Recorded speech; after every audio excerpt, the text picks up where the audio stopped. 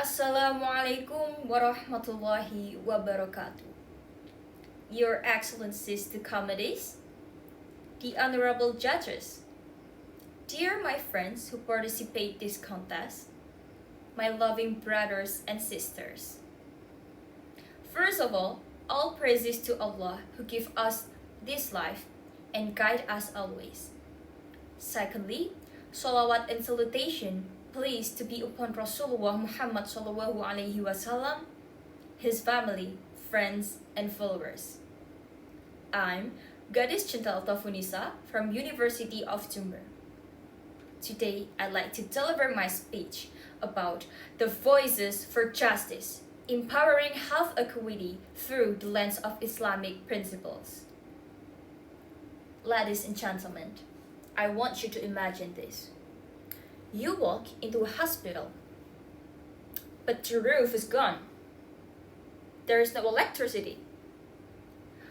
The air smells like dust and blood. Premature babies lie still in powerless incubators. Mothers bled on bare floors. Nurses cry quietly as they hold lives they cannot save. And this is not a fiction. This is not a history, but this is today in Gaza.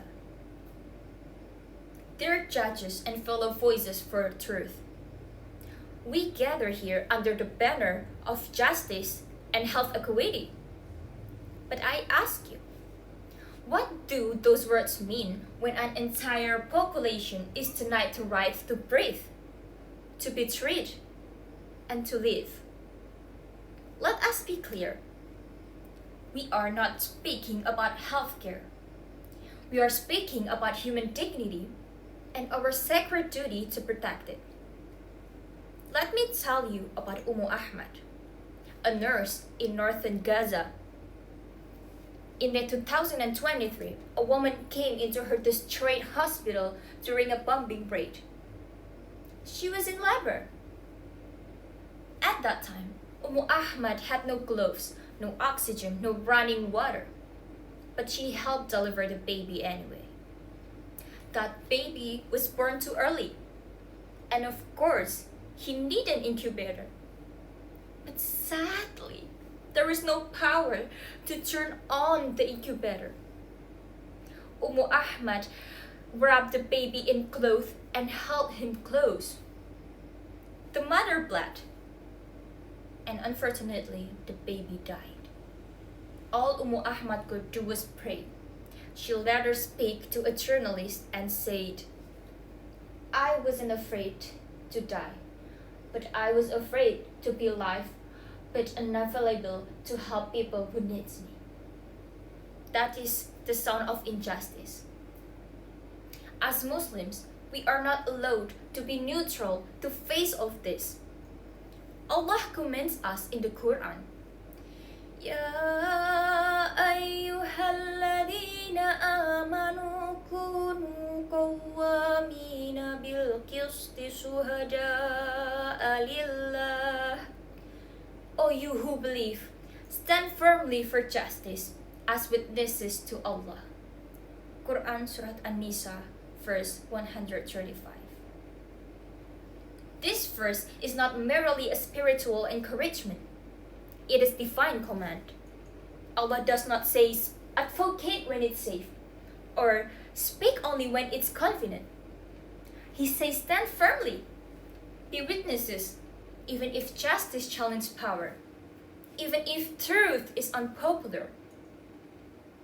Ladies and gentlemen, in today's world, where health systems are often shaped by borders, wealth, and politics, this comment echoes louder than ever. Health inequality is not a distant issue. It's happening across Muslim world, and it's too often for us to stay silent. As Muslim, our faith calls us not to turn away, but to stand, speak, and serve, not as bystanders, but as bearers of justice in every breath we take. Ladies and gentlemen, let me ask you, If it's your sister giving birth in a war zone, if it's your child gasping in an incubator with no power, would you still be silent? No, right? So if we will not accept the pain for our families, why do we tolerate it for others? Because in our faith, protecting life is not just an act of kindness, it's a divine duty.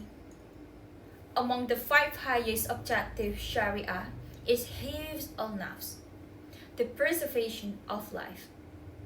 It teaches that very foundation of justice begins with the sanctity of every human soul. It is a principle that transcends geography, status, and religion. Every breath is matters. Every heartbeat is counts. So, when we choose to care for the vulnerable, when we raise our voice for those denied treatment, we are not just practicing our profession, but we are practicing our faith. So what now? What will we do with all we've seen, with all we know? It is no longer enough to witness suffering. We must respond. Raise your voice in your hospital, in your community, in your country. Speak up when protocols fail the poor. Let's say your hands heal, but let your voice defend too. Advocate, educate, write, resist, whatever you can and wherever you are. Because every time we act justice in health, we turn compassion into power and service into resistance. Let your career not just be a profession. Let it be a platform for equity, a platform for mercy. If we cannot save every life in this world, let us at least not be silent when lives are lost. That's all from me.